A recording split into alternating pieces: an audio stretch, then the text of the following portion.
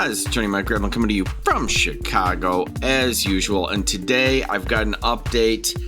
If you remember, I did a video recently from a defendant who wanted Eminem to represent him. All right, I would like you to understand that I know what false identities are, and sometimes famous people need them. Marshall Bruce Mathers, Eminem, at one point studied law and passed the bar exam to become a lawyer.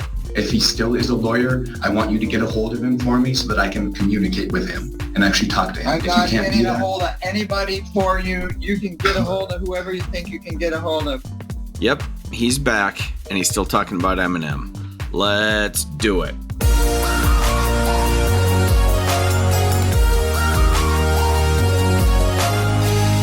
Cowling 2373. Mr. Cowling is before the court via Zoom from the Dickinson County Jail. Assistant Prosecuting Attorney Alex Siminci is present in the courtroom. We're set today for a probable cause conference. Mr. Cowling is not represented by an attorney at this time. Last time we met, he chose not to have a lawyer. Mr. Cowling, have you given that issue any more thought? Do you wish to have a lawyer?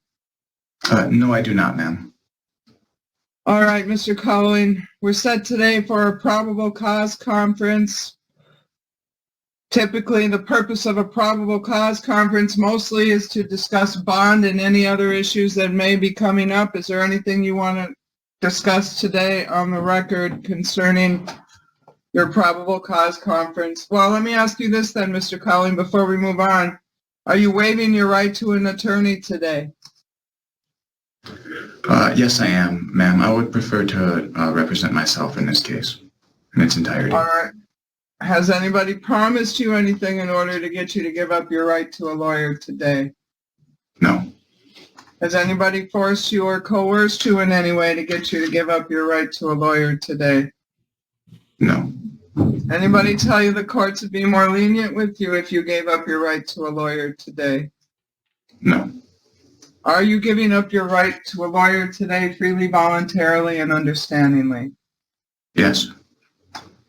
All right, for the record, I will find Mr. Cowling has waived his right to counsel here today freely, voluntarily, and understandingly. I will accept the waiver. Mr. Cowling, in regard to the matter then, did you want to discuss anything about your case as far as bond or anything today at this probable cause conference? Yes, I would, ma'am. I would like a chance to tell you part of my story of why I believe I'm even here at this point, if that's okay. Well, Mr. Cowling, we're not going to discuss the underlying facts today. This is not a trial. We're not going to have a trial today. We're here for a probable cause conference. And in regard to the matter, I do not advise you to discuss your case with anybody at this point in time. I really highly advise that you get a lawyer. Why don't you want a lawyer, Mr. Cowling? Because either way, ma'am, I believe myself to be a better representation of myself than any other person could be at this point. Well, Mr. Cowling, since we met last time when we had our various discussions last time, you had asked me to try to help you find Mr. Mather, or whatever his name is, the Eminem person. Yes, ma'am. And if you guys weren't able to contact him, then I'll just represent myself. Yeah, well, Mr. Cowling, people like that pay legions of people lots of money to keep people like you and me from being able to contact them. You know, I don't have his number. I don't have any of those people's numbers. So that's not ever going to be a possibility, Mr. Cowling. Do you want to meet with the lawyer? No, I would rather represent myself anyways, as opposed to having Marshall Mathers represent me, if he is indeed that way, ma'am. Well, she says that to relate to him and be nice and diffuse it. It's very sweet of the judge. And then he takes it, he says, well, if he's going to be that way. Well, it's not that Eminem's being that way.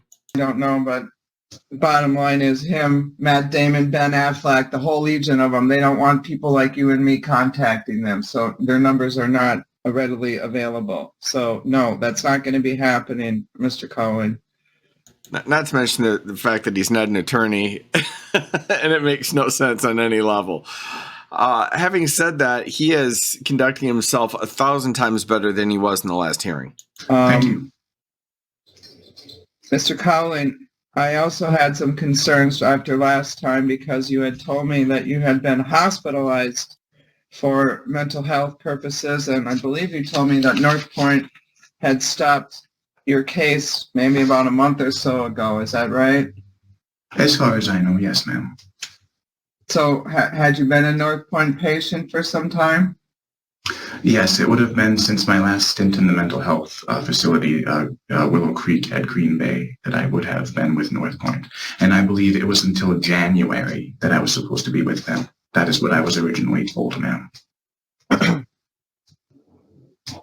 right, so you went to Willow Creek after you went to St. Mary's in Rhinelander then? Yes, absolutely, ma'am. Because I went down and looked at the file that the circuit court has here concerning your personal protection order that was put into place maybe about a year and a half, well, actually, I guess the judge put it in place last August. Do you remember that? That would have been personal protection order from Lindsay Ghani and Ziva Ghani, correct? Yes. Yes, absolutely. I remember that, ma'am. Okay, so at that time you were at St. Mary's in Rhinelander for your mental health needs? At that point, I would have been just trying to get mental help. I was not at the point where I wanted to give up my daughter. I was hoping that I was able to reach out to someone that would have been able to help me, ma'am. So at that point, no, that was not even a problem. Well, it said you were transported on August 9th, 2022 to the psychiatric unit in Rhinelander, Wisconsin. Do you remember that? Yes, I do, and I would have been there for about 2 weeks. And then after that, I would have been out back up here in Dickinson County for a very short amount of time before I would have gone to Willow Creek.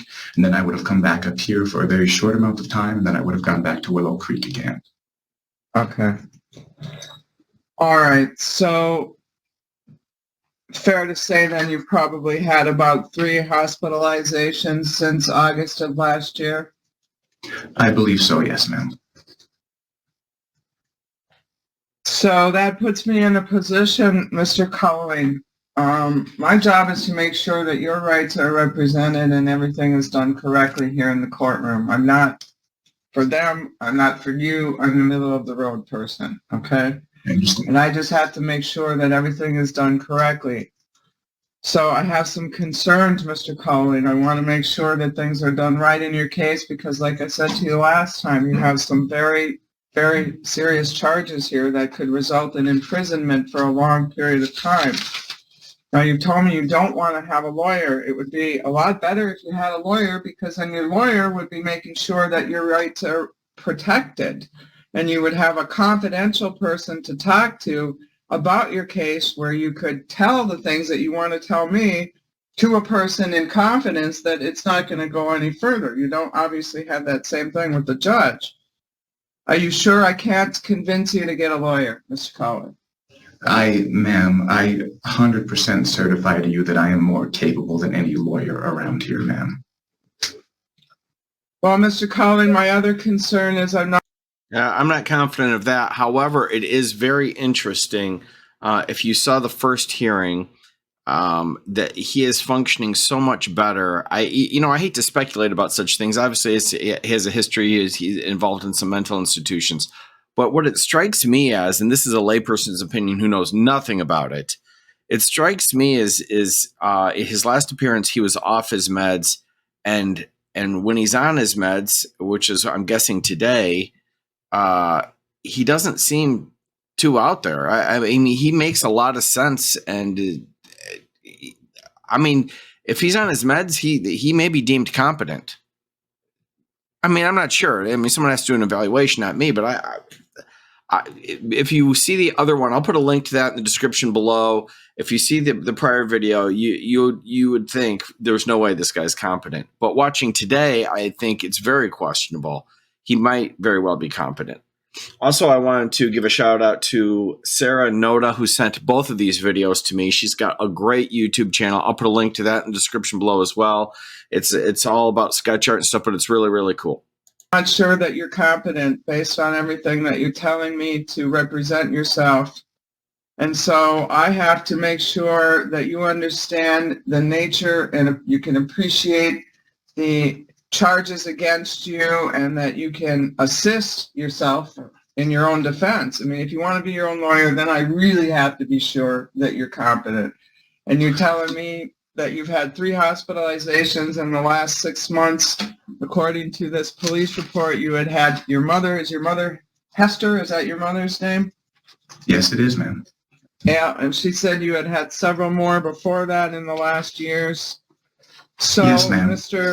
Mr. Cowling, I feel, unfortunately, no choice but to take it upon myself to make sure that you get screened to see that you are competent to proceed. If you're competent and you want to still represent yourself, that's absolutely your right. I have no problem with that. But I have to make sure that you understand what you're doing before I can let that happen, Mr. Cowling. And based on all the things that have come before me in the last 10 days since you and I have met, I feel that I need to do that. Thank you, ma'am. Then I would absolutely accept any sort of screening that you would need me to go to prove that I am competent enough to represent myself in this case. Thank you. Spoken like a guy who will pass his competency evaluation. I'm not saying he will, but it's so different than the tenor of the last hearing. He was condescending and just out of control, and here he's so polite and appropriate, and the judge is so nice. And you see that the judge, she was appropriate in both circumstances, but she definitely reflects when he was like, all out of control. She was a tougher on him, which is appropriate. I mean, what else are you going to do? But she calibrates right here when he's acting like this. She's super sweet to him. All right, and I would also like to have them, while they're there and doing the evaluation, screen you for what's called criminal responsibility, and that is whether or not there was any kind of a impediment at the time of these alleged offenses that might have played a part in any of this. So it's all one interview. They just are looking at different issues when they interview you. My apologies for interrupting you, ma'am. I apologize for interrupting you. Would that screening be taking place with people from North Point? No, it would be the State Forensic Center. Oh, perfect. Thank you. That's brilliant. Then I don't trust North Point at all, ma'am. I almost would rather sue them for malpractice than trust them at this point because of the way they treated my case, ma'am. This is a licensed psychiatrist, psychologist, depending on who's up. That's state. They work for the State Center for Forensic Psychiatry. So it is, again, middle-of-the-road agency. They're not representing the prosecutor. They're not representing the defense. They're just doctors that are forensic psychologists trying to determine whether you're competent and you understand what's going on. Okay? Thank you, Your Honor. All right, Mr. Szymanski, do you have anything that you'd like to say today? No, Your Honor, I do have some orders prepared if I can present them to the court. You can. You may. These are standard forms, court forms that are going to get sent. We'll send you a copy over there as well to the jail. But they list out your charges, and then I'm going to sign them. It says that you shall undergo an examination relating to the issue of competency to stand trial by the Center for Forensic Psychiatry. A written report meeting the statutory requirements shall be submitted to this court within 60 days from the date of this order, with copies submitted to the prosecuting official, and it says defense attorney, but if you don't have an attorney, it'll go to you. And I'm going to, so in regard to the order for criminal responsibility, now that is going to be done. The court does not get a copy of that. That goes to counsel and yourself, obviously, if you don't have a lawyer. So until this is completed, Mr. Cowling, your case is going to be on hold. Once we get that report back, there has to be a hearing within 5 days. So we'll get you in right away. If you're competent, then what we're going to do is set a preliminary examination date and take up where we left off. If you're not, then we'll go from there. Okay? Thank you. If you change your mind in the meantime, put in a little note with the Sheriff's Department, and I will get you screened for a lawyer. Okay? Thank you. All right, then. In the meantime, I'm going to leave your bond as set. If you want to get back in on anything regarding bond, again, put in a note. We'll have it put on the calendar. I'll see you in the meantime, Mr. Cullen, okay? Thank you, Your Honor. All right, anything else then, Mr. Szymanski, today? No, Your Honor. Mr. Cullen, do you have anything else today for me? I do not believe so, no. All right, thank you, sir. Have a good day. Well, there you have it. I thought that would be sort of more comical than it was like the first hearing, but what it turned out to be for me is just fascinating. I have no idea. I'm speculating, but it appears to me that you're looking at the same man, and on one date he's medicated, and on the other date he isn't. I could be wrong. He may not even take medication. That's the only thing I can think of that would explain the change. In his first court appearance, there are two profound differences. One is just demeanor. He was just pure condescension, talking down to the judge, telling her to wait. I'm talking to the guard. I don't have time to talk to you. That's how he kicks off the hearing. And also in substance, he's demanding to have Eminem represent him. Today, it's strange. The only thing that I think that remains a little off is he discussed Eminem, and then he acts as if, well, I've decided I'm a better option than Eminem to represent me. Well, yeah, you probably are in the sense that Eminem's not an attorney and can't, in addition to not being interested in lots of other things. But that's the craziest thing today that I saw, and that isn't bad. He sort of just downplayed it, but I think most people would say, oh, don't listen to what I said the last hearing. I was off my meds.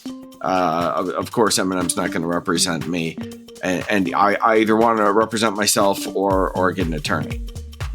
But aside from that, he seemed incredibly rational this entire hearing, and his demeanor was completely different. He was very polite, responsive, answering the questions, not delaying anything, not playing any games. So it was just an interesting court appearance. Here at Law Talk, we like to have fun with silly stuff that happens in court, and every once in a while, and completely by accident, I assure you, you might learn something. Thanks for watching.